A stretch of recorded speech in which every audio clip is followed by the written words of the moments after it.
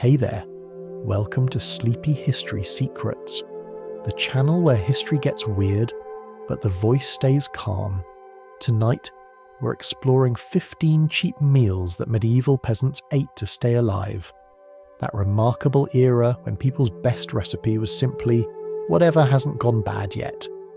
But before you settle in and get cozy, please take a quiet moment to like the video or subscribe, only if you truly enjoy falling asleep to humanity's bad decisions. And when you're ready, drop a comment telling where you're listening from and what time it is right now. It's strangely comforting to know how many of us are awake at the wrong hour, each in our own little corner of history. Now, dim the lights, maybe let a fan hum softly in the background, and let's wander gently into the medieval kitchen together. If your mind drifts, that's perfectly fine. We'll still be here, quietly unfolding the story. You wake before dawn. The air smells like damp straw and yesterday's smoke. Someone stirring the ashes in the hearth, not for warmth, but to see if there's enough ember left to cook something resembling breakfast. There isn't. Still, you'll pretend. You always do. This is not the world of banquets and goblets. It's the world that fed the people who built them. 90 out of every 100 humans live like this. Tired, hungry, and one good harvest away from catastrophe. For them, food was not cuisine. It was fuel, the quiet arithmetic of survival. Every bowl of pottage, every crust of bread, every gulp of small ale was a small negotiation with nature that mostly went her way. The peasant diet was an engineering marvel disguised as boredom. It had to be cheap, local, and endlessly renewable. There was no refrigerator, no sugar, no comfort beyond warmth. What existed instead was a delicate choreography of grains, roots, and faith, a system of eating designed to survive itself. If you could eat it twice, you did. If you could stretch it with water, you did that too. And if you couldn't, you prayed, which was another kind of stretching. Bread and pottage were the twin pillars of this fragile universe. Bread fed your body, pottage fed your patience. Everything else, cheese, onions, turnips, salted fish, was a seasonal guest star, appearing when the weather felt generous. The average person might consume around 60% of their daily energy in bread alone. Not the golden wheat loaves of nobles, but thick, dark slabs of barley and rye. Dense enough to chip a tooth, yet too precious to complain about. Hunger didn't always mean emptiness. It often meant monotony. The same meal reheated until it lost both temperature and enthusiasm. It wasn't bad food exactly. It was neutral food, cooked in a moral grey zone between survival and surrender. If you were lucky, you'd get a pot of warm stew thick enough to coat a spoon and a slice of bread solid enough to double as a weapon. The medieval kitchen was a social theatre. It smelled of damp wool, burning peat, and hope. Women ran it like small command centres, boiling, grinding, brewing, storing, the logistics of endurance. A peasant woman was chef, chemist, and economist in one. She knew how to keep food edible past its moral expiration date. The same barley that made bread in spring became beer in summer and soup in winter. Waste was not sin. It was simply impossible. Every day was a cycle of boiling, baking, fermenting, and improvising. When people say they drank beer because water was unsafe, it's half truth, half poetry. Ale was safer, yes, but mostly it was calories you could swallow. A low-alcohol drink, around 1 to 3%, made from grains that had already given up on becoming bread. It filled the same role as coffee, water, and quiet despair, all in one mug. You might eat once or twice a day, depending on how well the year was treating you. In the morning, something thin and warm, a gruel made from oats or barley, simmered in leftover whey or water that remembered warmth. At night, something thicker, pottage, bread, perhaps a sliver of cheese if the cow forgave you that week. And through all this, there was rhythm. The church calendar ruled not just prayers, but digestion. Fridays and holy days meant no meat, which for peasants was rarely a problem, since meat was mostly a rumour. Fish filled the gap. salted, dried, or borrowed from someone holier. It created an entire trade network out of abstinence, a spiritual economy powered by barrels of herring. Yet there was balance in this scarcity. The same monotony that dulled your appetite also kept you alive. A diet heavy in grains, beans, and roots gave just enough protein and iron to prevent collapse, but not enough to make you ambitious. It kept you grounded, literally, strong enough to plough, too tired to rebel. When famine came, and it always did, the system bent but didn't break. People turned to acorns, chestnuts, or ash cakes baked in the fire's dust. Meals shrank, stories grew, food became faith in chewable form. God provides, they'd say, stirring the same pot for the third day in a row. Technically, God provided barley, and the rest was human persistence. There's a strange comfort in the simplicity. You can almost smell the steam from the pot, the faint sweetness of leeks, the bitterness of dark ale.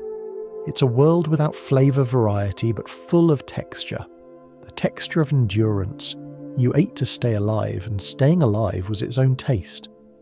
The medieval diet didn't vanish when better food appeared. It simply evolved. The same grains, stews and habits carried into modern kitchens disguised as traditional cuisine. Peasant ingenuity turned into nostalgia. What was once survival became culture, and what was once desperation became comfort food. It's a quiet irony. The dishes that once meant poverty now fill history books and dinner menus. Anyway, as the pot bubbles and the bread hardens by the hearth, you realise something. This diet never really ended. It's still here, hidden inside soups, breads, and casseroles, whispering the oldest human rule, that life doesn't need to taste good to keep going. Somewhere in that simplicity lies a calm truth. If you could eat today, you'd find a way to eat tomorrow. Imagine a pot that never empties. It sits by the hearth, always simmering, always slightly uncertain about what it contains. That was pottage. The medieval answer to every question that began with, "What's for dinner?" It was not a recipe so much as a condition of a life. A living stew, half food and half memory. Whatever went into it stayed there until it was gone, which was almost never. If bread was the currency of survival, pottage was its language. Every village, every cottage, every cold morning began with this same quiet bubbling. The average peasant might eat 2 or 3 pints of it a day, roughly the amount that could fill your stomach and your patience. It wasn't elegant, it wasn't even consistent, but it was enough. And in the Middle Ages, enough was the highest form of praise. The base was always the same, grains, barley, oats or rye, boiled until they lost all hope of individuality. To this you added anything available. Peas, beans, cabbage leaves, onions, maybe a turnip or 2 if the garden had been kind. Herbs for flavour if you had any. Otherwise, time did the seasoning. Occasionally someone with influence might drop in a bit of salted pork fat or a bone with more ambition than meat. Nobles called theirs broth. Peasants called theirs pottage. The difference was mainly decoration. You might think of pottage as a medieval slow cooker, except the cook never slept, and the fire never really stopped smoking. The pot stayed on day and night, a constant project of topping up and thinning down. Each meal was just a different version of the same thing, slightly older, slightly saltier, slightly more philosophical. It was democratic in its misery. Everyone ate it, from the poorest labourer to the humblest monk. Only the ingredients changed, following the same social ladder that governed everything else. The rich added meat and spices, the poor added imagination. Yet for all its blandness, pottage was nutritious enough to keep whole villages upright. Grains provided slow energy, legumes gave protein, and vegetables filled the rest. Together they formed a balanced diet that looked accidental but wasn't. Of course, science hadn't yet arrived to measure iron or vitamins. People learned through fatigue. If you felt strong enough to work, the recipe was correct. If not, you added peas. Beans were the secret muscle of medieval life.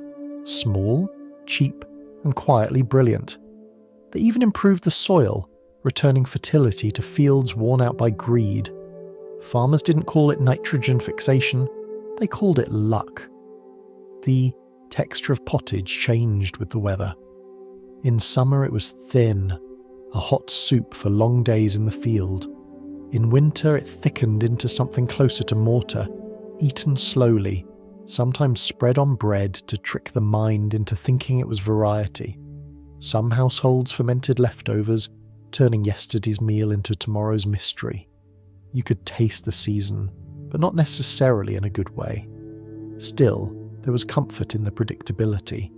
The smell of the pot meant stability, however fragile. You could walk into any cottage across England and recognise the same scent: boiled grain, smoke, onion, and hope. It was the smell of continuity. The meal might not make you happy, but it would make you last. Pottage also served as a kind of edible calendar. The ingredients shifted with the months: leeks and fresh herbs in spring, peas and beans in summer, turnips and cabbage in winter. Each season brought its own humble twist, a reminder that nature was both generous and bored. In famine years, the pot became desperate. Bark, nettles, or even ground acorns made their way in. It was still called pottage, though by then the word carried more optimism than meaning. There's something almost touching about the practicality of it all. Modern people photograph meals. Medieval people just kept them alive. A pot might last weeks, a community even longer. You ate together, not because it was social, but because firewood was expensive. Families gathered not for dinner conversation, but for warmth and calories. The conversation was mostly chewing. Occasionally a chronicler would write about the common people eating vile stews, as though disgust were an academic observation. Yet this vile stew fueled cathedrals, farms, and armies. It powered the hands that built the world. There's a certain poetic justice in that. Civilization rested on a pot that never cooled. And yes, it could taste good, on rare occasions. A handful of leeks, a dash of ale, a forgotten slice of bacon could turn it into something almost pleasant. You didn't call it flavour, you called it fortune. Some cooks became local legends for managing that miracle. Their secret was simple: don't burn the bottom. Burnt pottage meant days of apology. It also meant your neighbours would notice. In a village where everyone shared air, failure had a smell. If you lived alone, the pot kept you company. It murmured quietly on the fire, its bubbles marking time better than any clock. You could lose yourself in the sound, a soft, wet heartbeat of survival. The smoke clung to your clothes, your hair, even your dreams. To live in the Middle Ages was to carry the scent of dinner everywhere.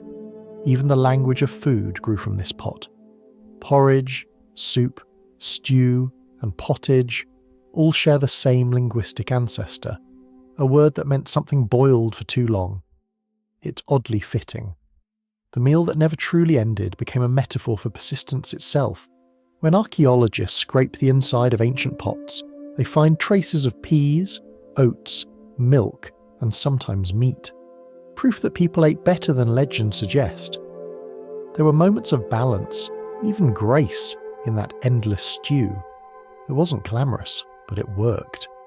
The average peasant could burn 3,000 to 4,000 calories a day, and pottage delivered just enough of them without complaint. There's a modern comfort in knowing that this old meal hasn't disappeared. It evolved into soup, stew, and casserole, the same humble idea reheated by history.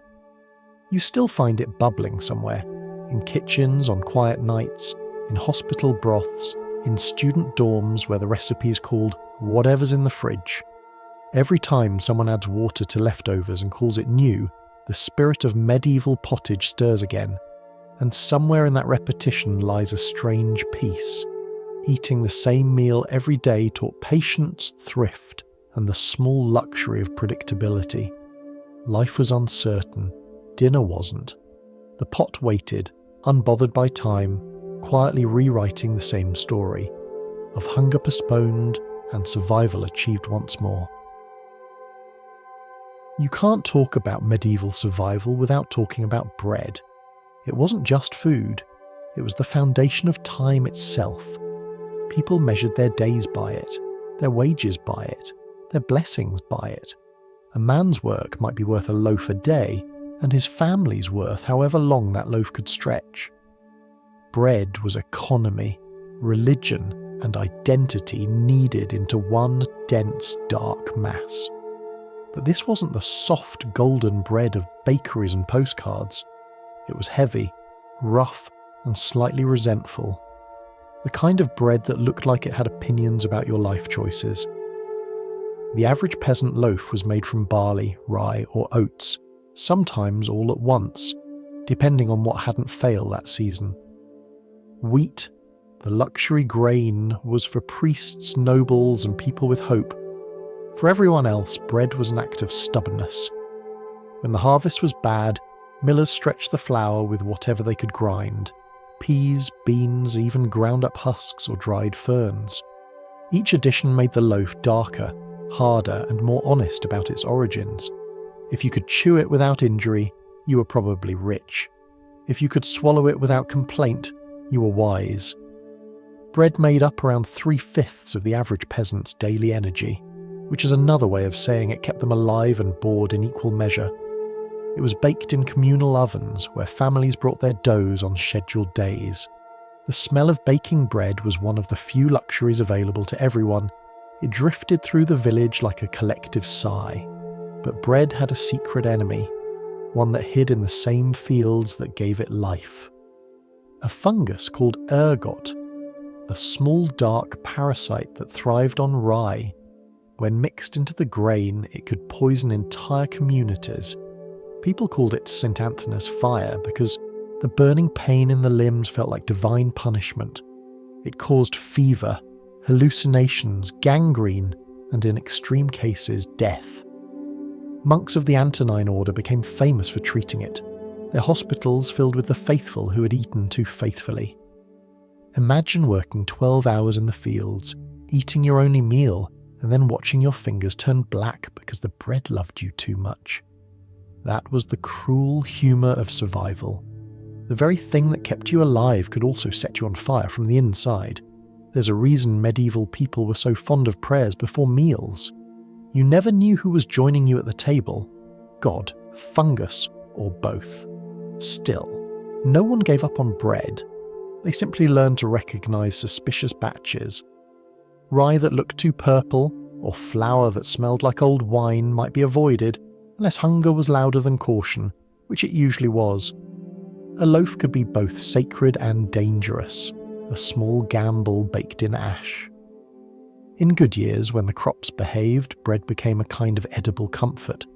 Fresh loaves, still warm from the oven, soft enough to tear without blisters. It wasn't sweet, but it was satisfying. A piece dipped in hot pottage or small ale could pass for happiness.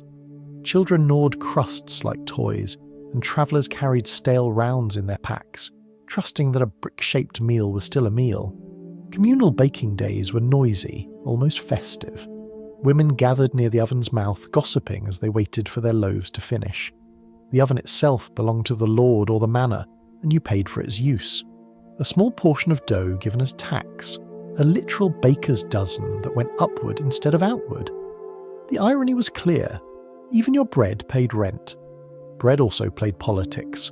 Laws regulated its price, its weight, even its whiteness. In some towns, selling underweight loaves could land a baker in the stocks. In others, adulterating flour with chalk or dust was considered clever until someone important noticed. The colour of your bread told the world your rank. The whiter, the higher. The darker, the poorer. Today, people pay extra for dark rye and call it artisanal. History, as usual, has a sense of humour. You might wonder how something so simple could hold so much meaning. But in a world where famine was only ever one bad summer away, bread wasn't food, it was proof of order. If you had bread, the system still worked. If not, everything else collapsed. Work, prayer, peace. So people prayed for daily bread, and meant it literally. Each loaf was a small contract between humanity and weather. Even the act of baking carried ritual weight. You mark the dough with a cross before sliding it into the oven. Part blessing, part quality control. The cross wasn't decoration, it helped the steam escape evenly. A miracle and a physics lesson kneaded into one. There's a deep irony in how bread shaped the human body. Centuries of chewing dense grains built strong jaws and worn teeth. Archaeologists can still tell a peasant's skull by its bite marks. Bread hardened not just enamel, but temperament. It taught endurance, patience, and humility, the slow virtues of slow food. And yet, even in its roughest form, bread held something beautiful. The smell of it baking, the feel of a fresh crust breaking under your hands.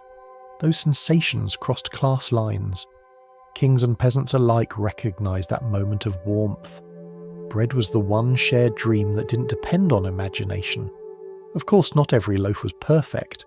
Some baked too long and turned black, others were underdone and collapsed in shame. But even then, nothing was wasted. Burnt bread was crumbled into broth, or fed to pigs, or dried into crumbs for future use. In the medieval world, even failure had a purpose. It's strange to think that so much of civilization depended on such an ordinary thing. One simple combination, grain, water, salt, fire, repeated endlessly for centuries. And through all its variations, from saintly miracles to fungal nightmares, bread remained what it had always been, the taste of survival. Somewhere in the distance, a bell rings for supper. Someone slices the day's loaf, careful not to drop crumbs. You take a piece, chew slowly, and realize that this is what endurance tastes like. A little bitter, a little burnt, but still warm enough to hope for tomorrow. If pottage was the meal that kept hope alive, gruel was the meal that tested it. You've probably heard the word before. Gruel, thin, grey, unenthusiastic. It was the culinary equivalent of a sigh. Imagine taking the idea of food, boiling it for an hour and then removing anything that looked too confident. What remained was gruel. It began as a mercy. When people were too weak, too poor, or too devout to handle solid food, gruel appeared, a mixture of oats or barley boiled in water, sometimes in milk if a cow had been generous. It was warm, it filled space, and it asked for nothing in return. Monasteries served it to the sick, the elderly, and the very young. It was the official meal of humility. You could say it was religion in liquid form. The process was simple. Take a handful of ground grain, about as much as you could spare without panic. Pour in 10 times that amount of water and stir until it surrenders.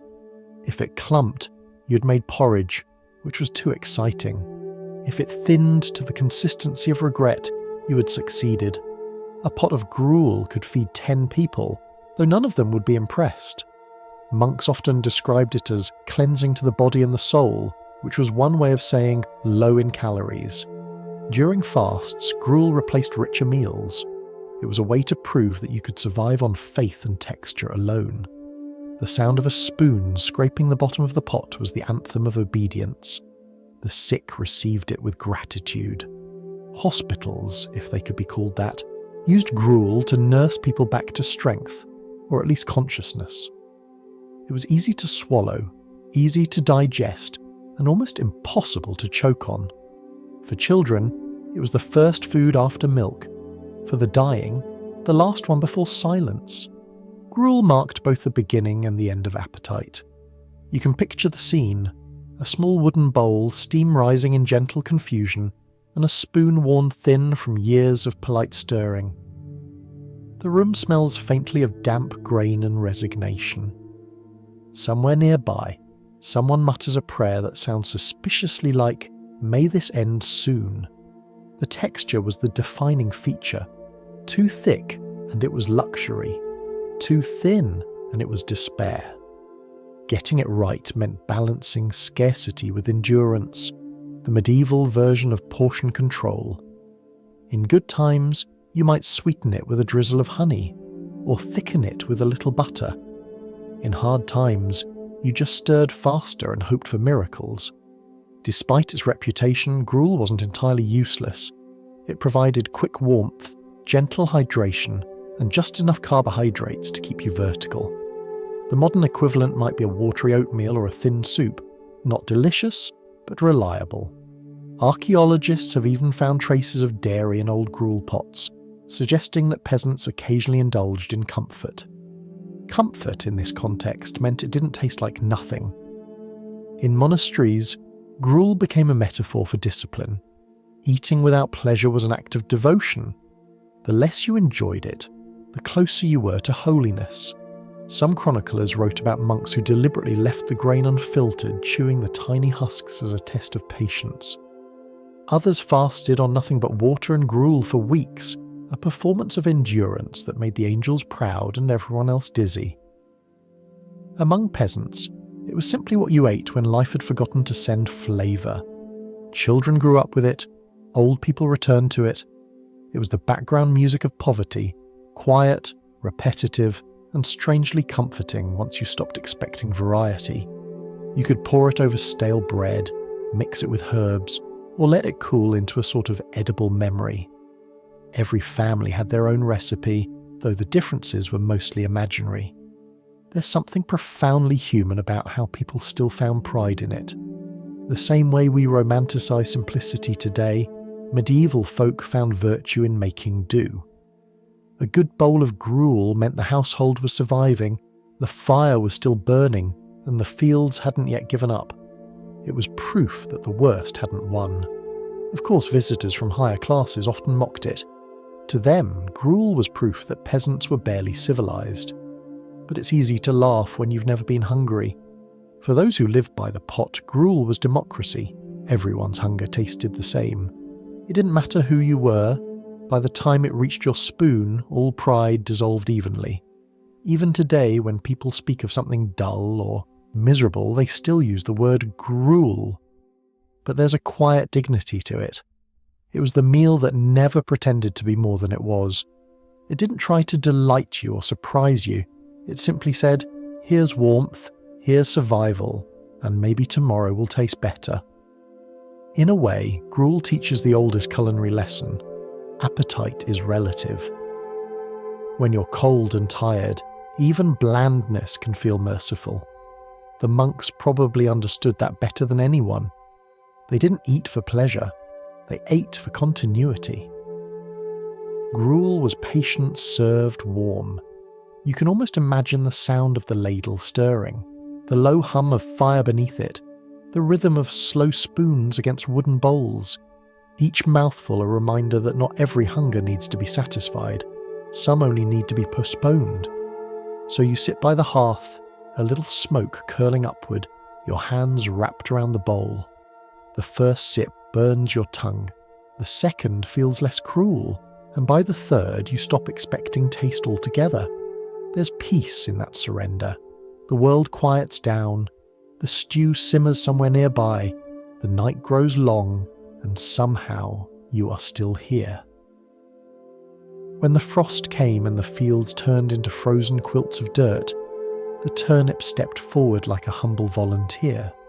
It was never anyone's first choice, or even their fifth, but it was always available. It grew when nothing else wanted to, stored quietly in the cold, and tasted faintly like the concept of food. Still, it kept people alive, and that was the only complement a medieval vegetable needed. Turnips were the insurance policy of peasant life. They grew quickly, about 2 months from seed to mouth, and didn't complain about soil, weather, or neglect. If you forgot to water them, they sulked but survived. If frost arrived early, they simply thickened their skin and waited it out. You could throw a handful of seeds into ground that barely qualified as earth, and somehow they'd emerge. They were the ultimate low expectation crop, the plant equivalent of quiet persistence. People stored them in pits lined with straw, buried underground where the temperature stayed kind. A good pit smelled like damp earth and patience. It was dark, cold, and oddly reassuring. A kind of vegetable tomb where winter's food slept until summoned. Every household had one, and every pit told the same story. Survival through root vegetables and willpower. When the snow covered the fields, peasants dug through frozen mud to retrieve these pale globes of endurance. The sound of a spade hitting frost wasn't pleasant, but it was hopeful. Every turnip pulled from the ground meant one more day where hunger didn't win. They weren't glamorous, but they were reliable, and in the Middle Ages, reliability was better than love. Cooking them was straightforward, and so were the results. Boil, mash, or throw into the pottage pot until they stopped resisting. Sometimes they were roasted in the ashes of a fire, turning slightly sweet, though sweet is a generous word. They had the mild flavour of boiled courage, earthy, faintly bitter, and somehow moral. If a potato is comfort, a turnip is character development. There were turnip jokes, of course. Even cows lost enthusiasm after a while. Chroniclers wrote that during bad harvests, people lived almost entirely on turnips, and you could tell which villages had endured famine by how they described them. In the hungry months, they were called God's mercy. By spring, they were called enough already. Turnips carried more than starch. They carried symbolism. They were the emblem of humility, the edible sermon about accepting one's lot. Monks grew them in cloister gardens. Peasants grew them behind cottages, and everyone pretended to enjoy them. In medieval satire, greedy men were told they'd get turnips in heaven, a moral reward disguised as punishment. The nutrition, though no one would have used that word, was quietly impressive. A medium turnip, about the size of a clenched fist, offered a modest amount of energy, fibre, and the faint memory of vitamins. Eaten in piles, they filled the stomach and lightened the mood just enough to continue working. They didn't make you strong, but they prevented you from becoming weak, which was almost the same thing. During famines, turnips were emergency heroes. They grew fast, stored well, and didn't require fancy tools. A single acre of land could produce hundreds of them, enough to feed a family through the cruelest months. When bread ran out and fields failed, the turnip kept whispering, "Not yet." In that way, they were the first responders of medieval agriculture, arriving early and staying late. Still, they were considered lowly. Nobles looked down on them, sometimes literally from their castle windows, dismissing them as food for cattle or peasants. The irony is that cattle and peasants shared more in common than either cared to admit. Both were expected to work hard, stay quiet, and eat whatever grew close to the ground. The turnip didn't discriminate. Its close cousin, the rutabaga, didn't arrive in Europe until later, but the family resemblance was clear. Both were dense, pale, and slightly melancholy. Together, they shaped the winter landscape. Fields dotted with the stubborn evidence of life refusing to quit.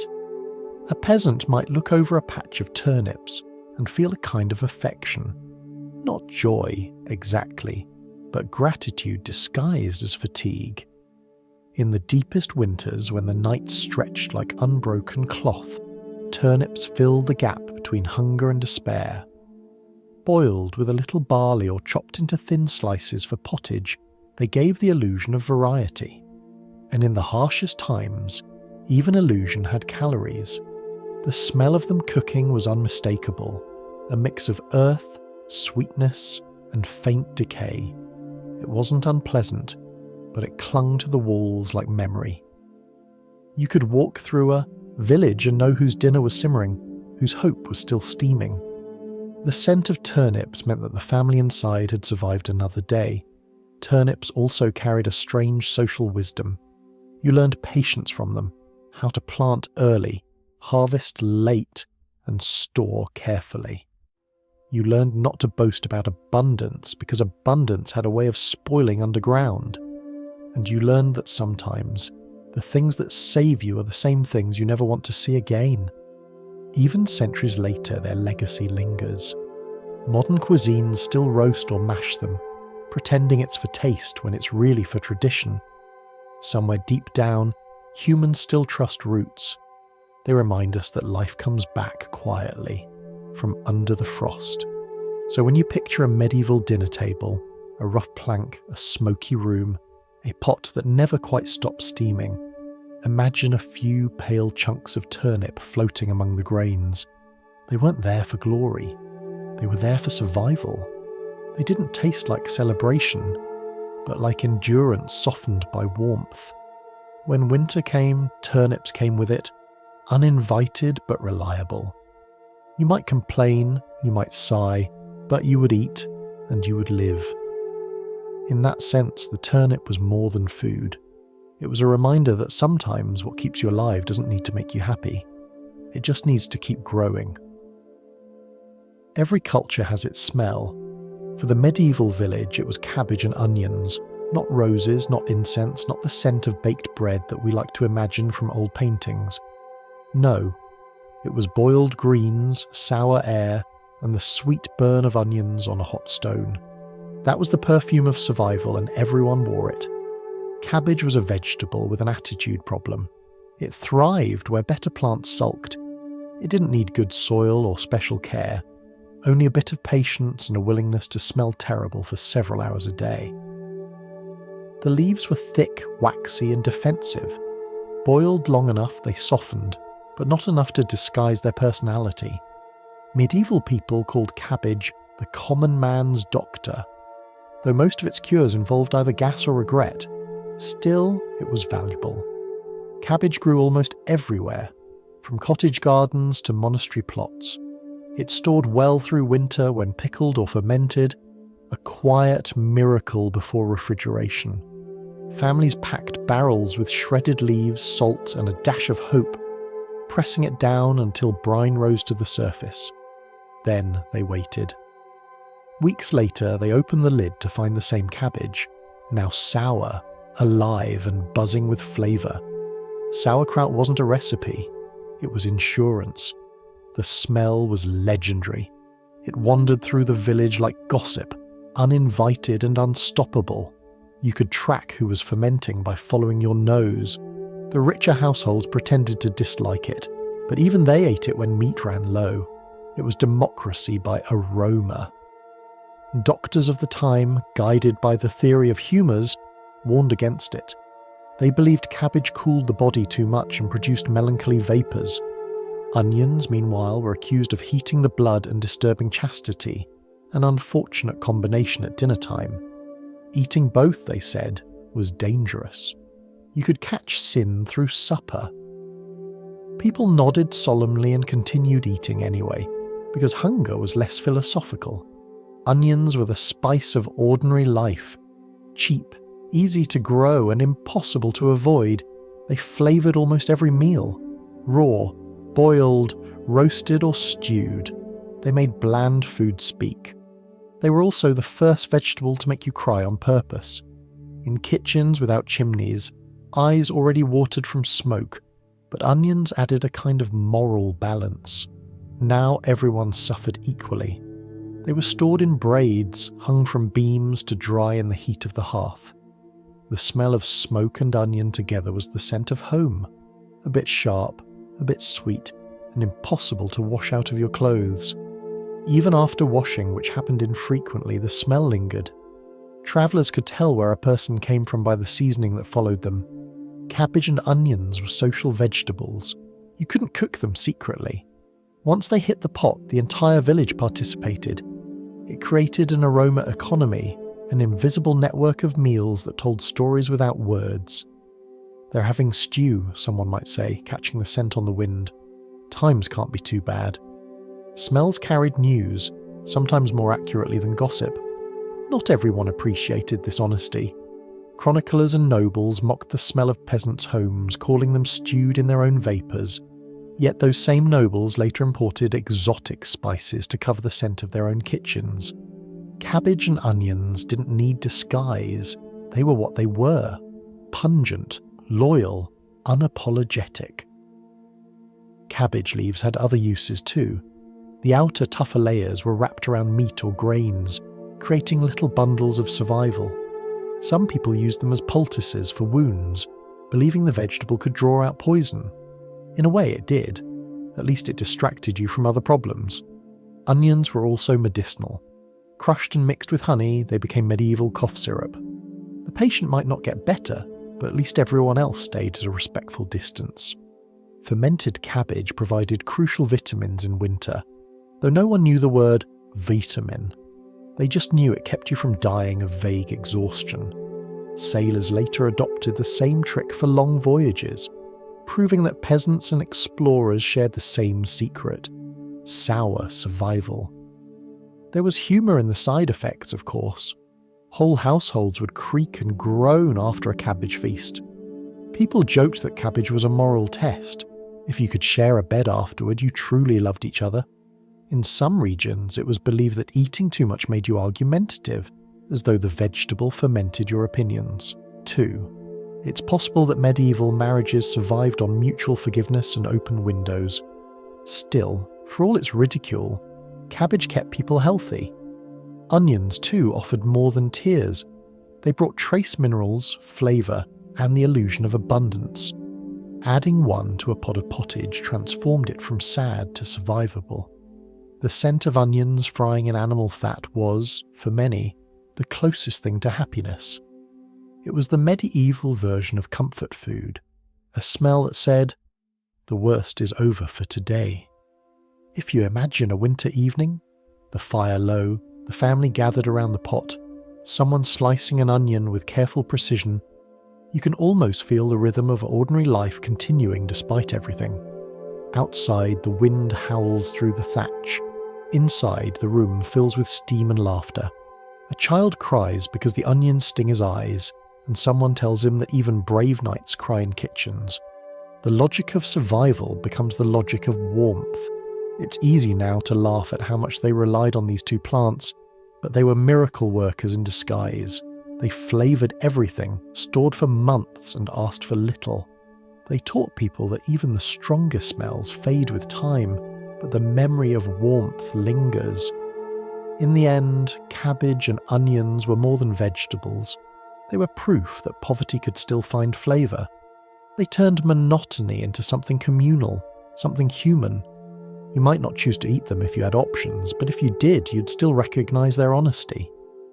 Even in silence, the village knew who had eaten onions, and no one judged, because everyone had. This scent that clung to clothes and walls was simply the smell of being alive. Some foods become famous because they taste wonderful. Others become immortal because they simply refuse to go away. Peas and beans belong to the second category, the quiet engineers of the medieval diet, fixing both hunger and the soil one humble pod at a time. They were the small green miracles that fed the living and repaired the land that was trying to kill them. A peasant could live without meat, but not without peas. They were protein disguised as patience, small and unassuming, yet essential. In a world where most calories came from bread and pottage, peas and beans added the missing pieces. A little strength for the back, a little iron for the blood, a little hope for the heart. You didn't measure them in handfuls, you measured them in endurance. They were grown almost everywhere, behind cottages, along fences, between rows of grain. Peasants understood crop rotation long before anyone wrote about it. After the heavy grains had drained the soil, beans and peas went in. They fed the earth as they fed the people, drawing invisible nourishment from the air. Modern science would call it fixing nitrogen. Medieval farmers simply said, "The field feels better." It was accurate enough.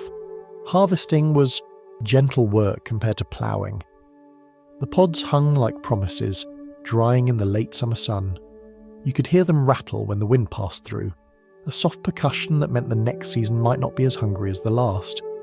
Families shelled them in the evenings, hands working by instinct while stories filled the dark. It was one of the few agricultural chores that smelled faintly of peace. Once dried, peas and beans became the ultimate long-term investment. Stored properly in a cool, dry place, usually a corner of the loft or a clay jar near the hearth, they could last for years. And when famine came, as it always did, these jars became treasure. A handful soaked overnight could become a meal, a comfort, and a prayer all in one pot. They were also perfect for Lent, when the church forbade meat. Technically, peas were not flesh. Theologians agreed, which meant they became the holy loophole of every pious household. The stew might look grey, but it was righteous. Monks ate peas with the serene confidence of men who had found salvation through legumes. You could feed both the body and the conscience in a single spoonful.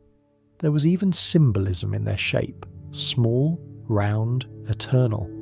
They rolled off tables and into metaphors.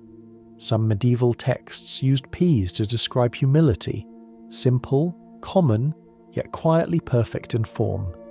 Others considered them mischievous, because they disappeared under the table and caused small arguments. In either case, they were memorable. Their taste was gentle, a soft balance between green sweetness and earthy fatigue. Boiled with a little salt or an onion, they became the backbone of countless stews. Add barley or a crust of bread, and you had a meal that could power a day's labour. Add a bit of pork fat, and you could call it a feast. But even without such luxuries, peas were dependable, the kind of food that forgave your mistakes and met you where you were. Beans, on the other hand, had attitude. They grew thicker, tougher, and louder in the stomach. People loved them, feared them, and blamed them for all sorts of domestic disharmony. A bean could feed you and confess for you, the old saying went, which was a polite way of describing its after effects. Still, they were honoured in their own earthy way. A meal of beans was a meal of substance, the culinary equivalent of getting things done. The medieval table didn't separate these legumes by name. They all ended up in the same pot, cooked until they surrendered their shape and turned into comfort. Peas pottage, that infamous rhyme from nursery songs, was a real dish, eaten every day by thousands. Thick, beige and unphotogenic, it kept entire populations functional. Children grew up on it, soldiers marched on it, and poets ignored it. It was too useful to be glamorous. Archaeologists have found traces of peas and beans in pottery fragments across Europe, small reminders that nutrition sometimes hides in plain sight. In monasteries, the bean patch was as sacred as the chapel garden. The monks who cultivated it weren't just farmers, they were guardians of the food chain. The same plants that kept their bodies alive also replenished the soil for future generations. They were, in a way, the world's first quiet environmentalists, though they would have called it obedience to divine order. Eating peas was also a social equalizer. Everyone had access to them, and everyone smelled the same after eating them. They didn't discriminate by wealth, only by appetite. A lord might sneer at the simplicity of such food, but his servants would live longer. Health often belonged to those too poor to overindulge. In hard times, dried peas were ground into flour and mixed with whatever else remained, sometimes bark or acorn powder, to stretch the bread supply. The results were edible if you didn't think about it too much. Yet even in this degraded form, peas held the memory of better meals. They were a reminder that the earth, when treated kindly, always offered something back. Beans had their own folklore. Some people believed each bean carried a soul, and stepping on one brought bad luck. During All Souls' Day, certain regions cooked bean stews to honour the dead, the soft simmer of remembrance filling the air. It was food as ritual, comfort served warm to bridge the living and the lost. You can imagine the scene, a cold evening, a single pot on the hearth, and the soft hiss of bubbles breaking the surface. The smell is faintly nutty, faintly smoky, entirely forgiving. A child stirs, someone adds another log to the fire, and the pot keeps working, quietly repairing both body and soil. Peas and beans didn't promise happiness, but they delivered stability. In a world constantly flirting with famine, they were the backup plan that never failed. They taught a simple truth that still holds. The smallest things, when nurtured, sustain everything else. In the absence of meat, peas became moral and practical, and somewhere between their pale green shells and the dark soil they loved, humanity learned something about cooperation between plants and people, hunger and hope, earth and endurance. Autumn was slaughter season. The air turned sharp, the ground hardened underfoot, and smoke began to drift from cottages where fires burned day and night. It was the brief window in the medieval year when animals met their destiny, and people pretended not to notice how similar it looked to theirs. For peasants, this was the only time of year when meat appeared in quantities worth mentioning, and even then it was never the choice parts. The lords took the best cuts: hams, haunches, fine loins, neatly salted and stored in barrels for winter feasts. The peasants received the rest: heads, hearts, livers, lungs, and whatever could be scraped from the bones before they were claimed by the dogs. It sounds bleak, but there was equality in it. Once the carcass was stripped of its glory, everyone ate the same things: necessity. Nothing went to waste. The entire animal was a puzzle to be solved. Blood became pudding, intestines became sausage casings, and stomachs became makeshift cooking pots. Fat was rendered into tallow for candles or used to fry tomorrow's hope. The medieval kitchen didn't separate edible from inedible. It only measured timing. You had to eat it before it changed its mind. There was a strange democracy in the slaughterhouse. The rich might own the animals, but the poor knew how to use them. A noble could order a feast, but only a peasant could turn a cow's stomach into dinner. The skill was in transformation, the art of pretending that the least desirable parts were delicacies simply because hunger said so. Blood pudding was a favourite, partly because it lasted and partly because it didn't look too directly at you. Fresh blood was mixed with barley, oats, or breadcrumbs, seasoned with onions and herbs if they were available, then boiled in the lengths of intestine. The result was black, dense, and surprisingly rich. A meal that looked like sin but tasted like survival. In a way, it was the perfect medieval metaphor. Something dark and unsettling that still managed to save you. The smell of these meals was strong, metallic, smoky, a little sweet. It filled the air long after the fires died down. If you walked through a village in late autumn, you could tell who was cooking offal by the scent alone. It wasn't unpleasant exactly. It was the smell of people making the best of what they had, which is as close to perfume as poverty gets. Offal was also a test of morality. Theft was common during slaughter season. A piece of liver or a string of sausages stolen from a lord's smokehouse could mean punishment as severe as stealing a sheep. The logic was cruel but consistent. Hunger was not an excuse because everyone was hungry. People told stories of thieves who stole meat and were caught by the smell alone. You could wash your hands, but the scent of guilt lingered. Preservation was a matter of urgency. Salt was expensive, smoke was free, and denial was priceless. People smoked meat in rafters, hung strips of organ flesh near the fire, or submerged them in brine that tasted like the sea pretending to be kind. Sometimes it worked, sometimes it didn't. Medieval recipes were less about measurement and more about faith.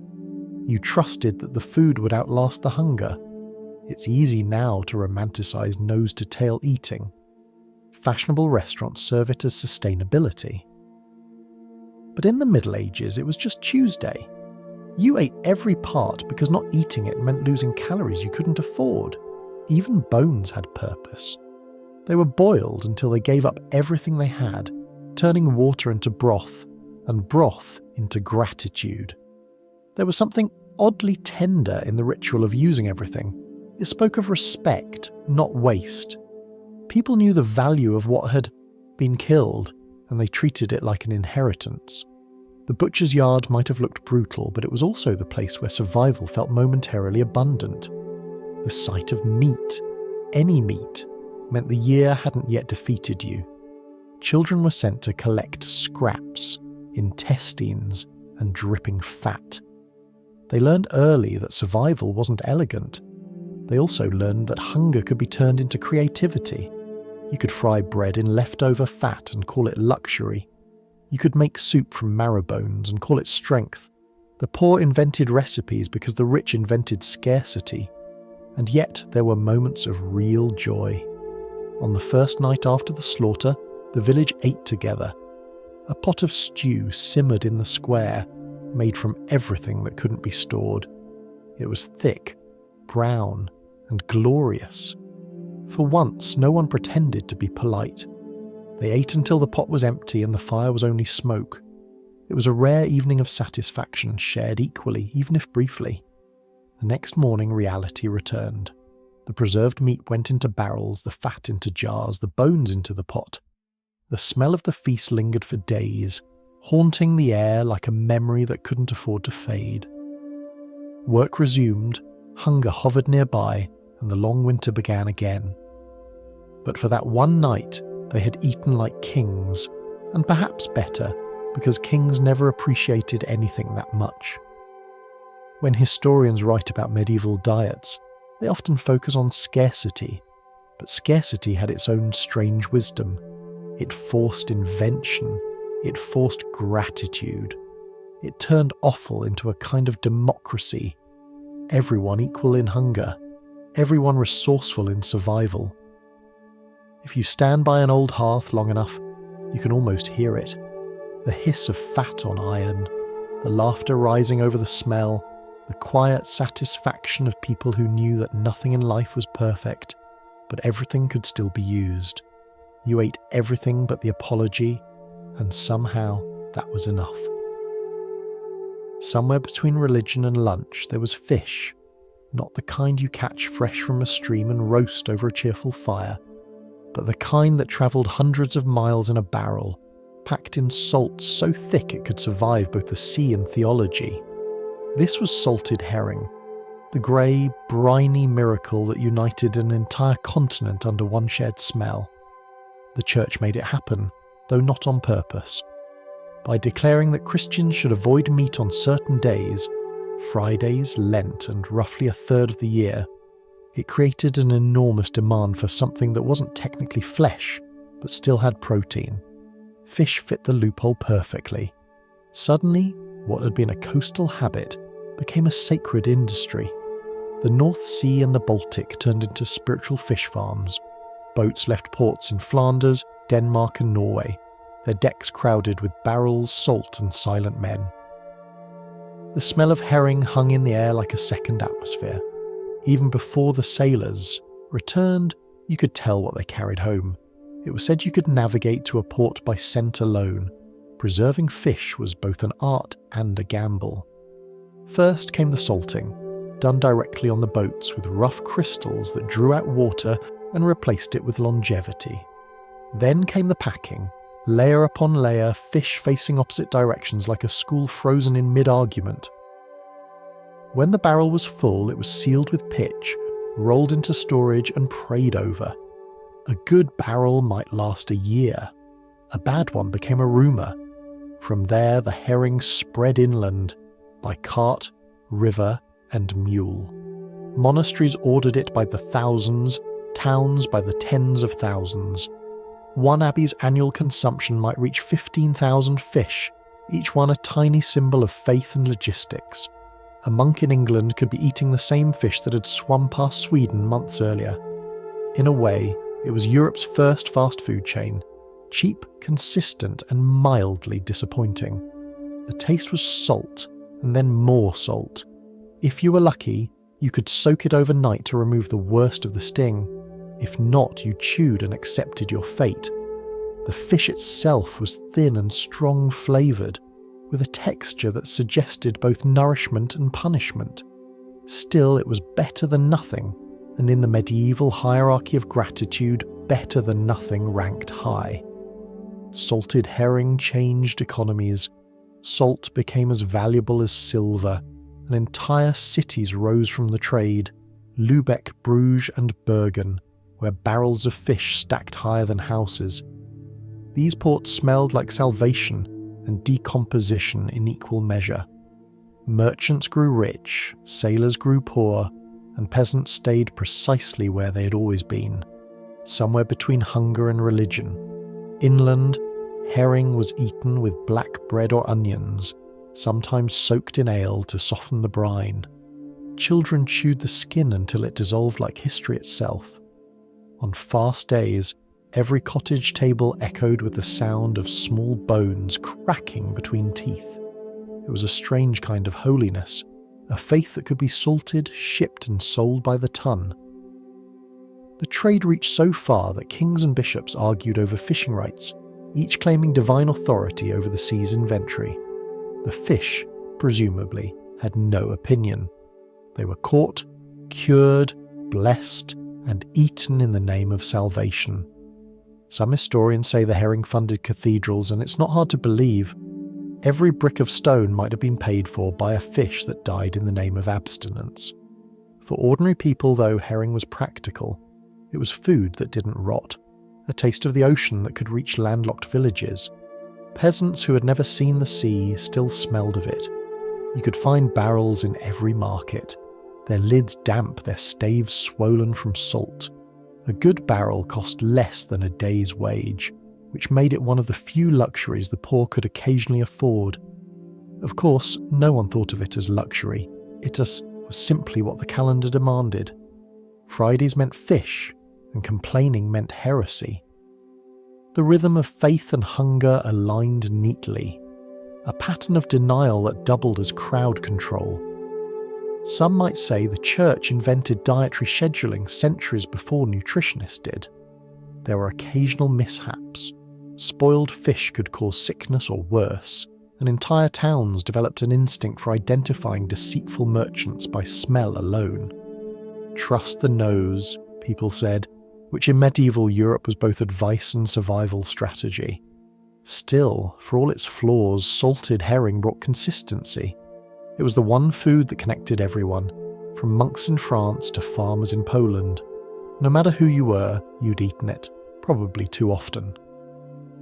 The irony of it all was delicious. A humble fish accidentally built an empire of faith and commerce. The sensory memory of herring never left. Its aroma clung to walls, clothing, and conscience. The smell of barrels in the market, of brine on hands, of oil on skin, all part of daily life. Even lovers complained about it, though never enough to skip a meal. If you lived inland, it was the scent of prosperity. If you lived by the coast, it was the scent of survival. And yet, it was more than just fish. It was discipline. It was endurance salted into permanence. Every bite reminded you that piety and practicality were often the same thing. Both required the ability to swallow discomfort with grace. When you imagine medieval Europe, don't think of banquets or golden platters. Think of barrels. Think of the steady rhythm of knives cleaning fish on a cold dock, of monks blessing shipments that smelled like the afterlife's kitchen, of a meal that united faith and famine in a single mouthful. You might not reach heaven, but you'd taste the ocean first. If medieval life had a soundtrack, it would have been the sound of liquid being poured. Somewhere between the grind of the millstone and the ringing of church bells, there was always the faint splash of ale filling a wooden cup. Water was a gamble, wine was a luxury, and ale, humble, cloudy, quietly bubbling, was the drink that kept everyone upright and only slightly confused. People often imagine medieval peasants constantly drunk, staggering through their chores in a mild stupor. The truth is more practical and much duller, which makes it far more believable. They drank ale because it was safer than most water and more filling than most meals. But it wasn't strong. Most of what they drank was small ale, a light brew containing between 1 and 3% alcohol, just enough to make you feel optimistic, but not enough to make you sing about it. Small ale was liquid bread. It started with the same ingredients: barley, yeast, water, and hope. The grains were mashed, boiled, and left to ferment, the natural yeast in the air turning the mixture from porridge into drinkable courage. Each household brewed its own, though the results varied wildly. Some batches were sweet and smooth, others could strip paint from a spoon. No one complained. A bad ale was still calories with bubbles. Women brewed most of it. The alewife was a familiar figure in every village. Part brewer, part gossip, part community hub. She managed the delicate balance of keeping the drink fermenting without exploding. Brewing was chemistry disguised as domestic work. Barrels lined the walls, yeast clung to everything, and the smell of malt and smoke seeped into the furniture. It was work that required attention, patience, and an excellent sense of when to pretend something was intentional. Selling ale was one of the few ways women could earn steady income. A good brew brought steady customers. A bad one brought polite forgiveness. Some historians say the alewife's house was the medieval version of a pub, a place where villagers traded news, complaints, and small loans, all under the gentle haze of weak alcohol. For a few copper coins, you could buy a pint of reassurance and the illusion that everything would turn out fine. Over time, men noticed that money was being made and decided to regulate it. Brewing guilds appeared, rules multiplied, and women quietly disappeared from the trade. The pattern was familiar. Progress arrived wearing a hat, carrying paperwork, and explaining why it needed your job. The age of the alewife ended, replaced by a system of measured profits and official barrels. The drink stayed the same, but the laughter got quieter. Even so, ale remained democratic. Everyone drank it. Peasants, monks, soldiers, even children. Babies were weaned onto watered ale, not because anyone was careless, but because it was the cleanest liquid available. Boiling the mash killed most of what could kill you. It was science by accident, safety through fermentation. A family might go through a gallon or two each day, though most of that was closer to flavoured water than anything intoxicating. At monasteries, brewing was an art form. The monks took their duty seriously, refining recipes, experimenting with herbs, and documenting the process like patient scientists of salvation. They drank stronger ale during feasts and weaker ale during fasts, though weak was a flexible concept.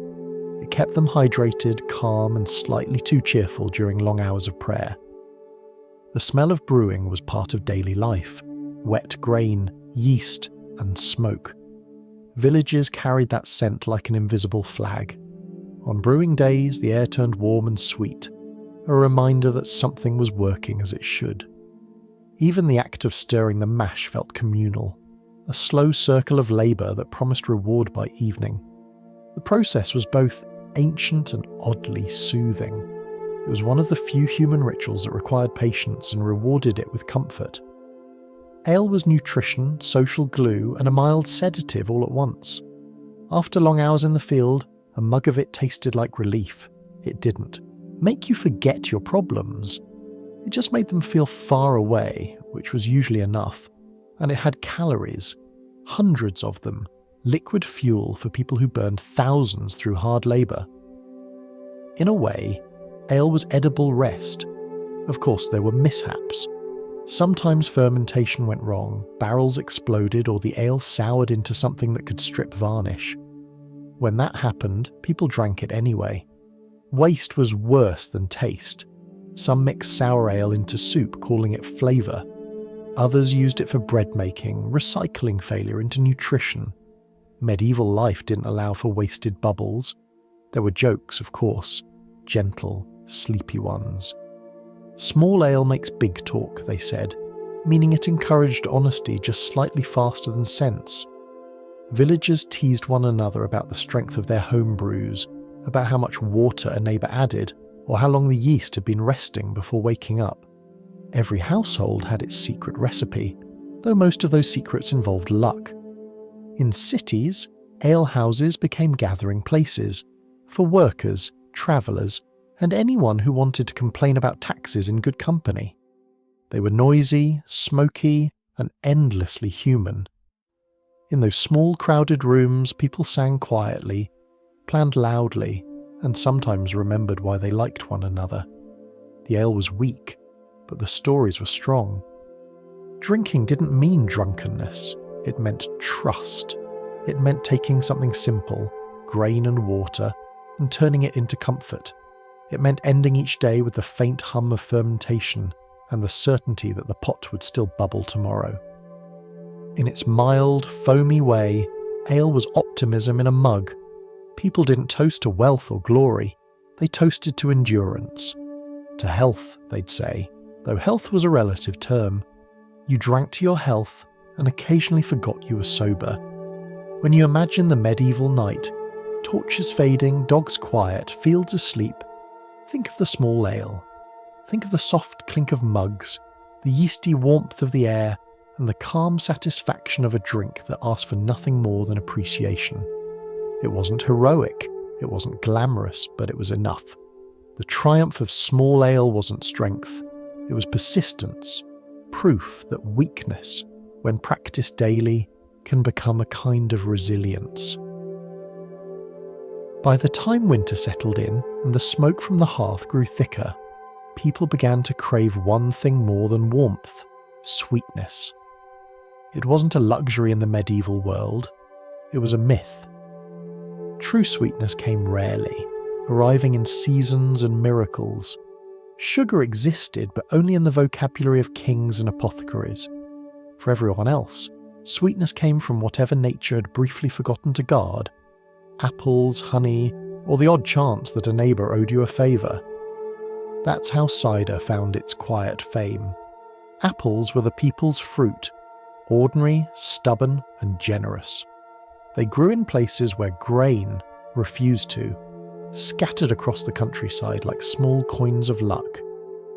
In regions like Herefordshire or Normandy, entire hillsides shimmered with apple trees. These were the lucky landscapes, where a family could taste sweetness without bowing to a lord. The air itself in autumn seemed to ferment, heavy with the scent of fallen fruit and good intentions. Making cider was both simple and reverent. The apples were crushed under wooden presses, the juice collected in rough barrels, and then left to think about its purpose for a few weeks. Fermentation did the rest. Tiny unseen helpers, yeasts floating in the air, transformed ordinary juice into something quietly alive.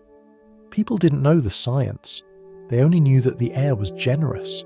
Cider was autumn bottled, the sunlight of past months trapped in liquid form. The result varied from barrel to barrel. Some batches were sharp enough to wake you, others sweet enough to make you sentimental. In a good year, a family might fill half a dozen barrels, enough to sip through the dark months and still have something to trade by spring. In poor years, they drank the weak stuff early and called it young cider, pretending enthusiasm where patience had failed. Cider wasn't considered a sin or a virtue. It was simply a comfort, the poor man's wine, the farmer's dessert. It didn't lift you from reality, it just made the edges softer. People drank it during harvest festivals, christenings, funerals, or days that felt like both. It brought the faint taste of fruit to a diet ruled by salt, smoke, and fatigue.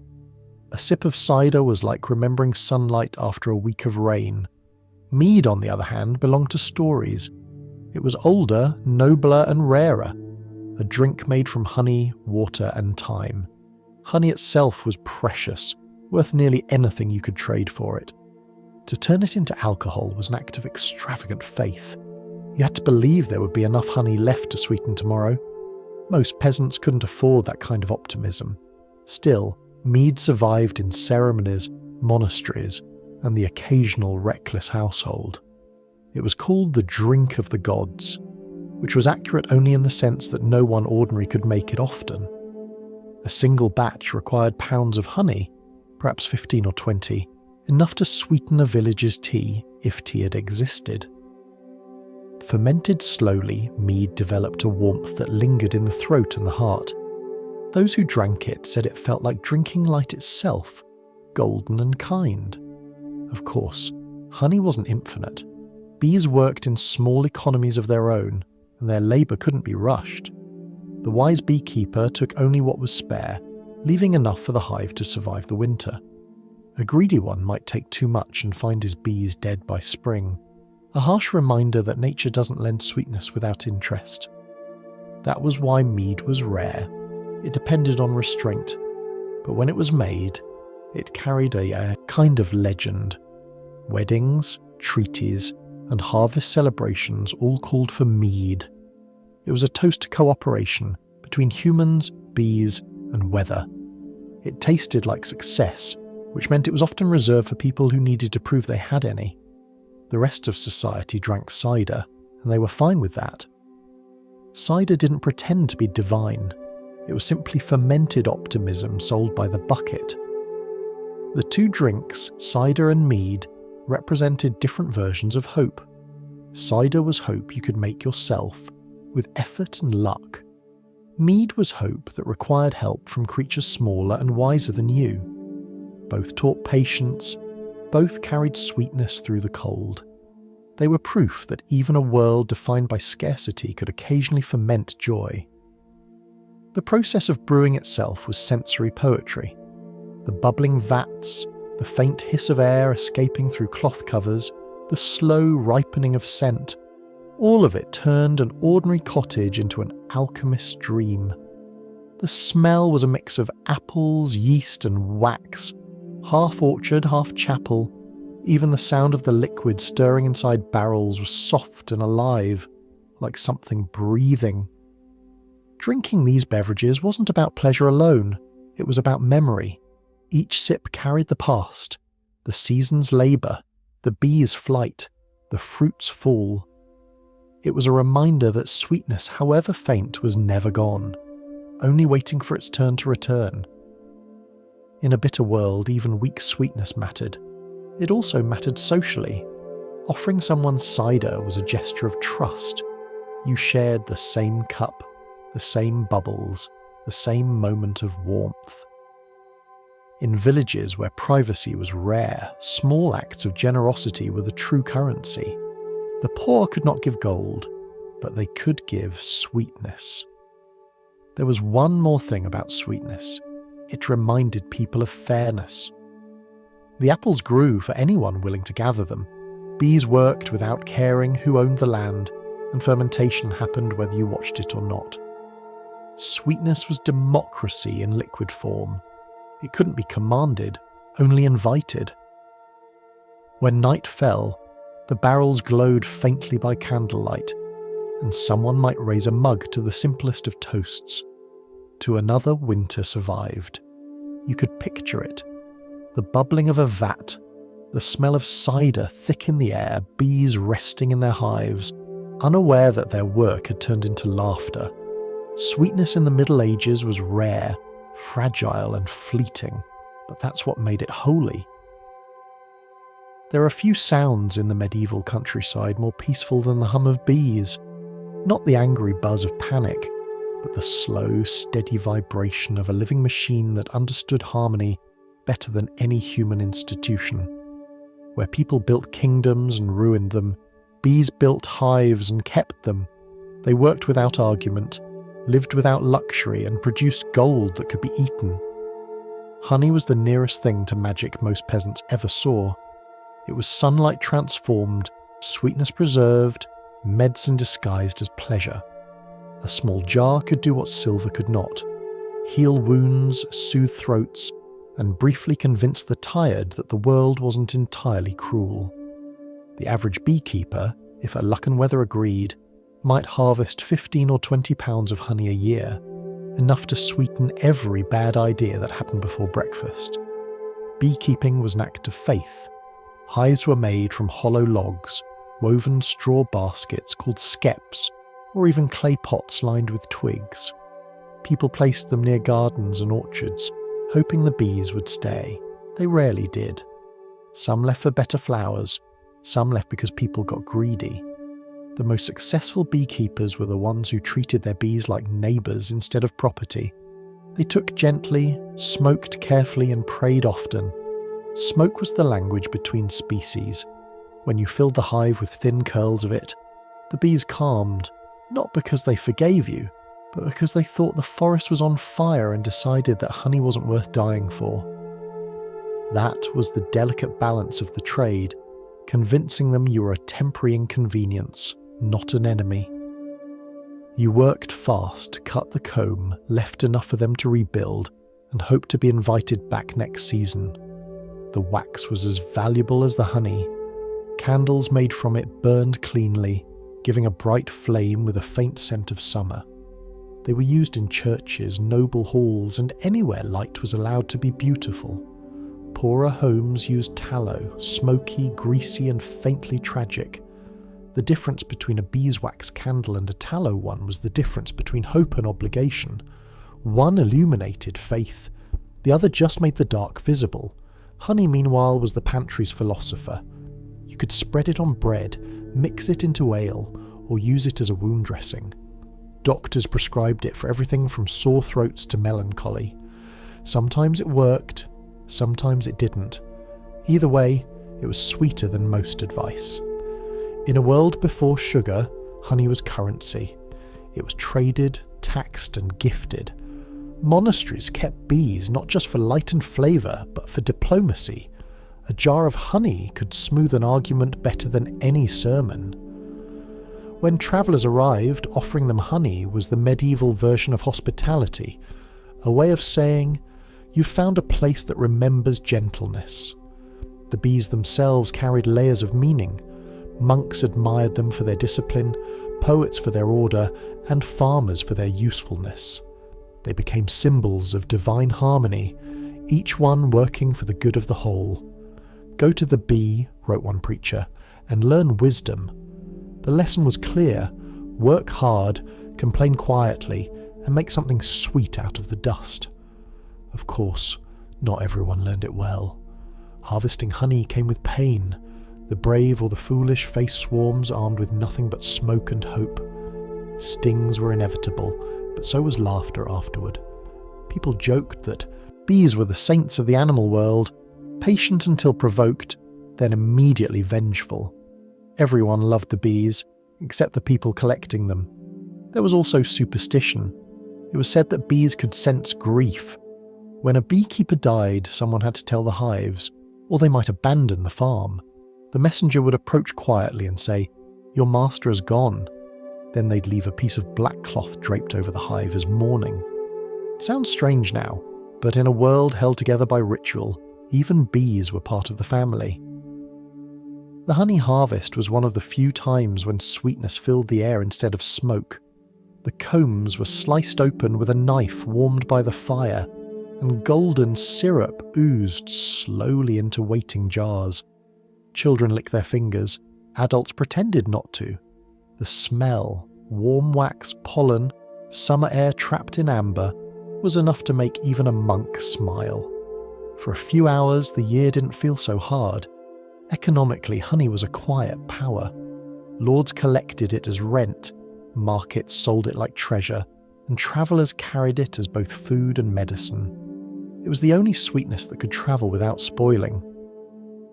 A spoonful in hot water cured sore throats and softened bread that had outlived its enthusiasm. You could even polish wood with it, though most people preferred to polish their spirits. In its own way, honey represented kindness. Slow, patient, collective kindness. Every drop was the result of thousands of wings working in agreement.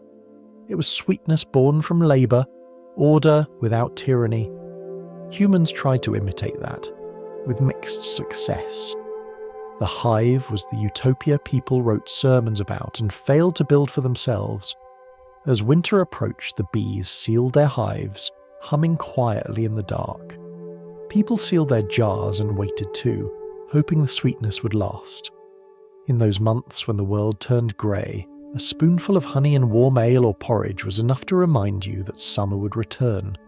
Sweetness, like hope, came with stings attached, but it was still worth keeping. When the fields had been harvested and the granaries sealed, a strange quiet fell over the countryside.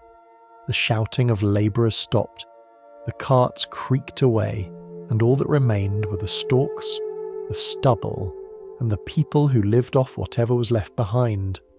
This was gleaning, the ancient and almost holy art of picking up what others had dropped. It was the last small conversation between survival and dignity. By law, peasants were allowed to glean after the harvest.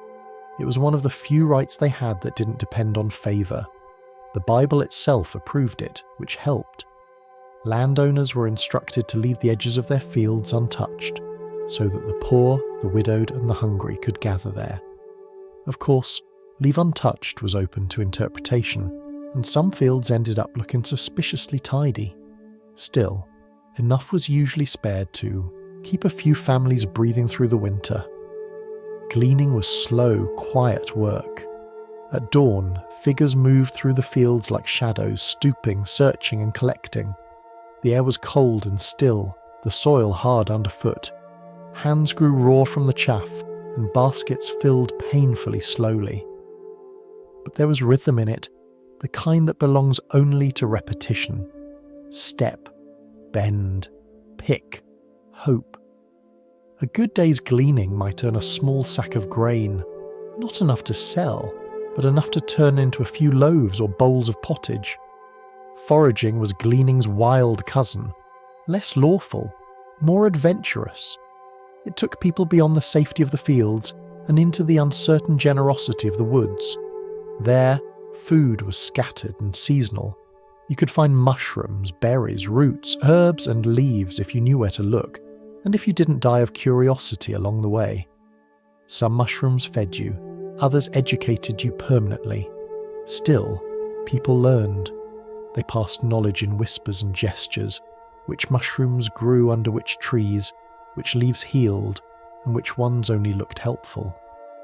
Mothers taught children to recognize nettles by touch, and wild garlic by scent.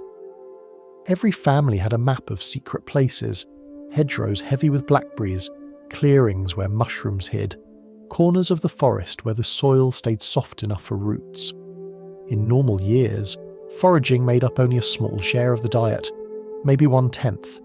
It added colour to the otherwise beige menu of bread and barley. But in famine years, that number tripled, and so did the risk. When the fields failed, the forests answered, though not always kindly. People ate whatever would hold still. Nettles, dandelions, acorns, crabapples. Each became, for a time, a meal. The forest gave and took with equal indifference. There was a strange pride in foraging. It wasn't begging, and it wasn't stealing.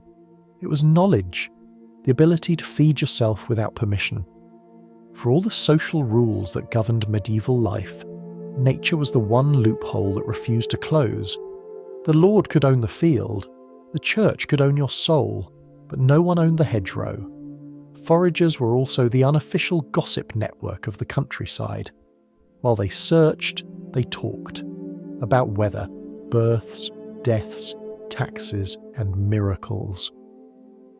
5% of the diet came from the woods, people joked, and 30% of the gossip. News travelled faster through the brambles than through the court. There was danger too.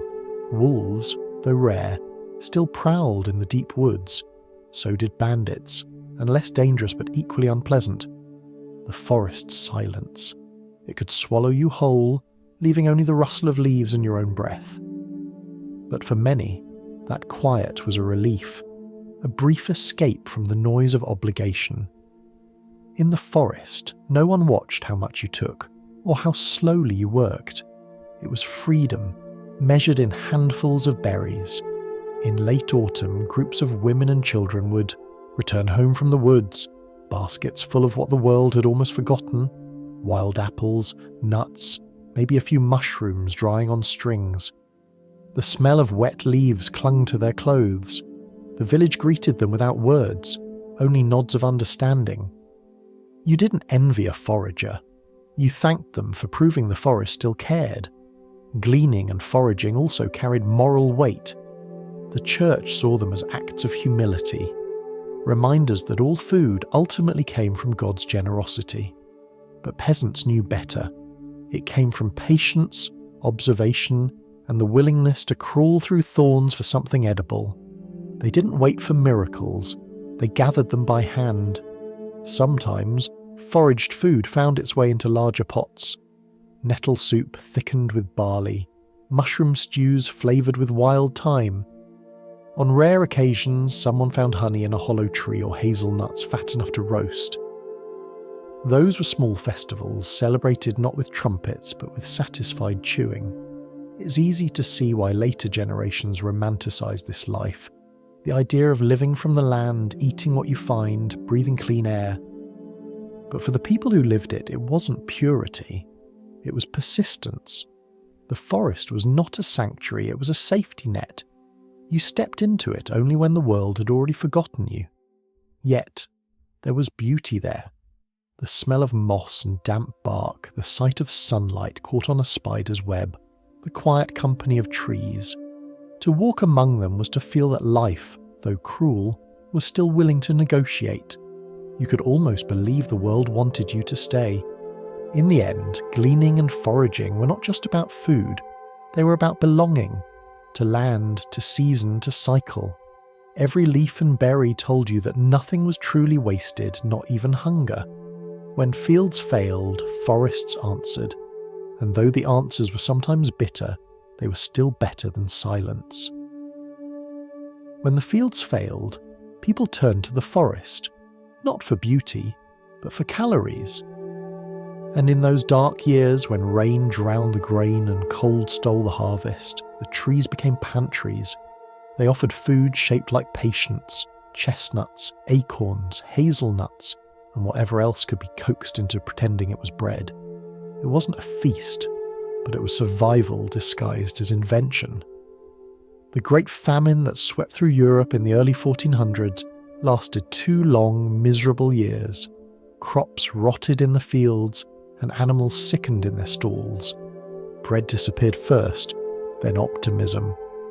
People began to look at trees differently, not as shelter or firewood, but as potential meals. The forest had always stood at the edge of their lives, whispering in green silence. Now it whispered recipes.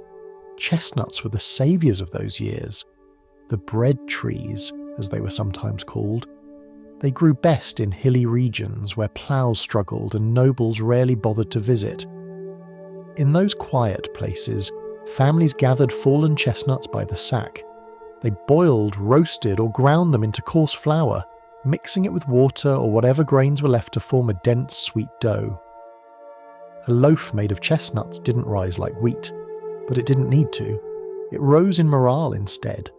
The flavour was mild, smoky, and slightly sweet, an unexpected luxury when sweetness had become a rumour. People baked chestnut cakes in earthen ovens, their crusts golden from the fire's edge. When eaten warm, they tasted faintly of hope. Even now, in some rural parts of Europe, that same scent drifts from autumn kitchens.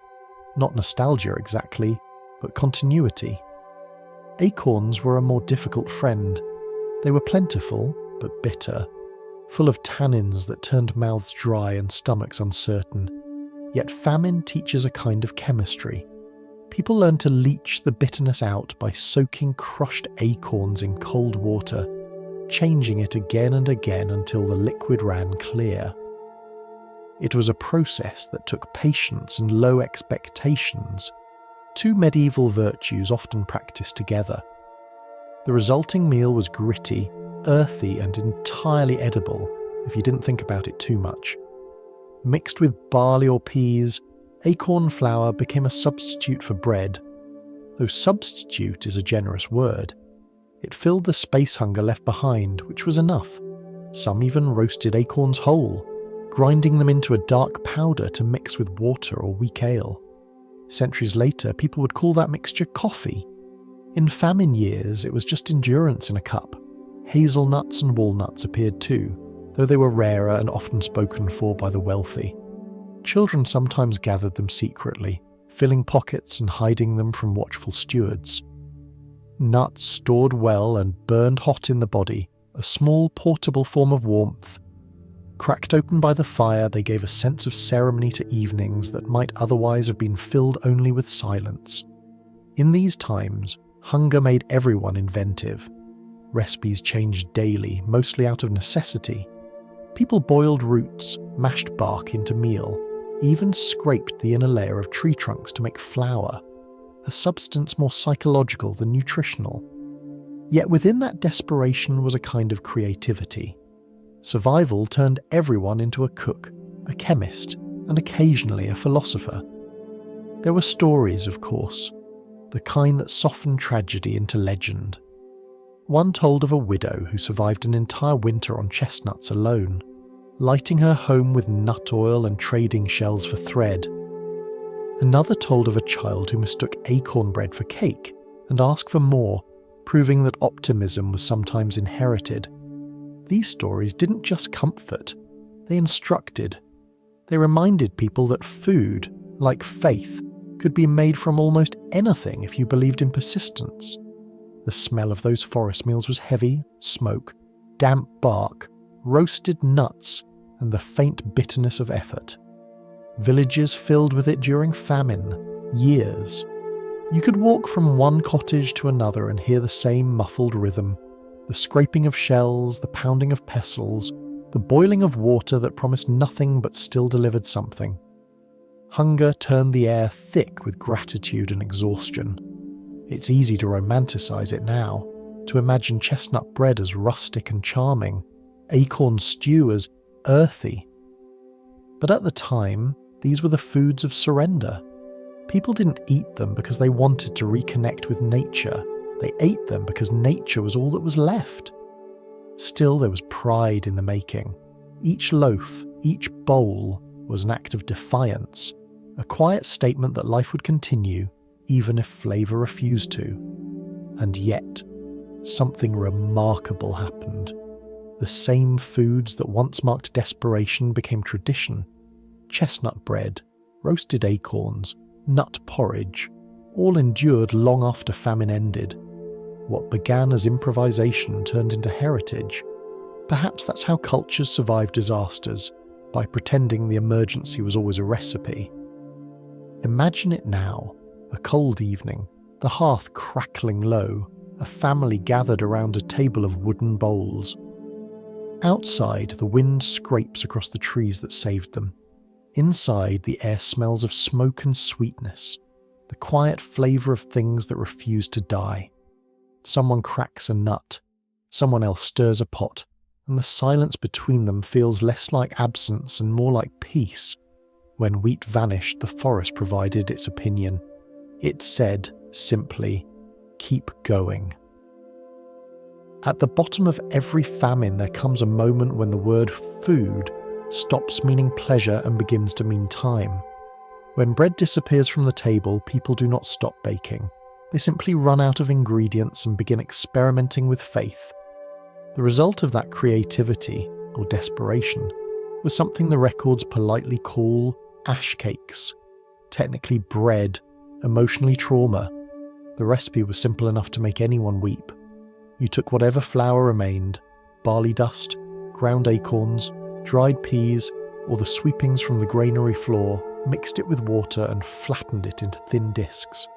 There was no yeast, no oven, and no luxury of waiting. The cakes were laid directly in the warm ashes of the hearth, covered lightly, and left to harden until smoke gave them flavour and the faintest suggestion of safety. People who made ash cakes didn't think of themselves as bakers. They were simply doing what hunger required. Each cake represented a small victory against nothingness. When famine struck hard, like in the great starvation years of the early 1400s, those grey, dusty circles were all that stood between existence and memory. They filled the stomach, not the heart. But sometimes that was enough. The taste was peculiar, somewhere between dirt and determination. Bits of ash clung to the surface no matter how carefully you brushed them away. Children learned not to complain. Adults pretended not to notice. When you were hungry enough, the line between flavour and survival dissolved quietly. Some people smeared the cakes with a little honey or cider to disguise the bitterness. Others just swallowed quickly and prayed. In a sense, the name ash cake was both literal and poetic.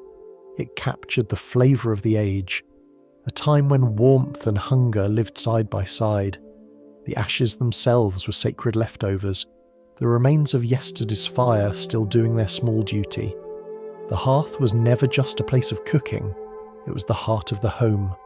To eat from it directly felt symbolic, as though the house itself was feeding you. Archaeologists have found traces of these desperate meals, small circles of carbonised dough in abandoned cottages, sometimes still resting beside ancient fireplaces.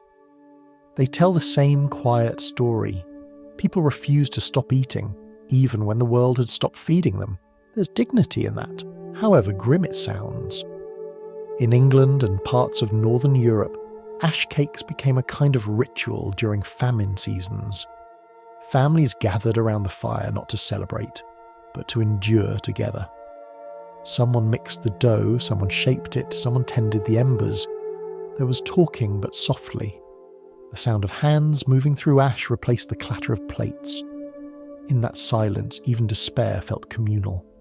The act itself carried superstition. Some believed that blowing on the ashes before placing the dough helped the spirits of the home bless the meal.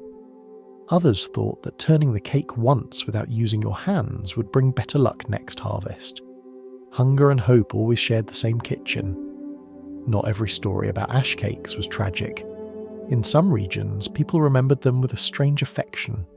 They called them ember loaves or hearth bread, names that sounded gentler. The taste might have been humble, but the memory was warm. It became a symbol of resilience, a culinary scar carried into better times. Even today, in rural festivals, you can find people recreating them with pride, brushing off the ash as though it were heritage, not hardship. Still, in their original form, ash cakes were food for the edge of existence. They contained little more than starch and stubbornness. Their energy could barely sustain a body, but they did something more important. They kept rhythm. Eating, even poorly, reminded people that they were still human. Skipping a meal was one thing. Forgetting what a meal meant was another. The smell of them was haunting. Not unpleasant, but old, like burnt grain mixed with faint sweetness. It drifted through villages during the worst years, carrying both warning and comfort. The scent said, "Someone is still alive in there." Travellers could recognise it from a distance. It was the smell of the century's hardest lesson, that hunger can make even ashes feel merciful. Children growing up on those cakes learned frugality so thoroughly it became their religion. They saved crumbs, counted them, and treated bread crusts as treasures. When they grew older and the world finally softened, they baked ordinary bread but still kept the habit of brushing off crumbs and whispering thanks. Survival leaves manners behind, but it leaves memory. You can almost picture the scene. A dim cottage, smoke curling in low light, hands blackened from ash. A mother pulls a small grey disc from the hearth, taps it on the table to shake loose the dust and divides it carefully into 4. Each piece lands in a small palm and no one speaks until the sound of chewing fills the room. There is no joy, but there is order. No feast, but no surrender either. Those moments of quiet endurance mattered. Centuries later, museums would display famine bread. The strange, dense loaves mixed with bark, straw, or whatever could be ground fine enough to deceive the eyes. Visitors peer through glass and imagine the taste, but they miss the truth. It wasn't the flavour that mattered. It was the refusal to stop making bread. Ash cakes were never meant to impress anyone. They were meant to keep the fire alive a little longer, to turn nothing into something warm, still food, still survival. That was their entire recipe, and somehow it was enough. By the time you reach the end of this story, the long chain of roots, grains, fish and faith, you begin to understand that the medieval peasant's greatest invention wasn't a particular dish at all. It was the system itself, the rhythm of eating whatever existed, whenever it decided to exist. There were no strict menus, no meal plans, and certainly no guilt about carbohydrates. There was only the simple principle of whatever we have. It sounds casual, but it was the philosophy that kept an entire civilization breathing. A medieval day revolved around the pot, not the clock. Most people ate once or twice, depending on how much the weather cooperated. Morning began with something thin, gruel, leftover pottage, maybe a piece of bread dipped in ale that had lost its enthusiasm overnight. The evening meal was thicker, saltier, and slightly more hopeful. Between those two events stretched work, prayer, gossip, and exhaustion. The idea of 3 balanced meals a day belonged to future centuries and richer people. To the modern mind, that pattern might look harsh, but to them, it was rhythm. Hunger was not a crisis, it was a companion. It sharpened appreciation, dictated priorities, and made every small comfort feel earned.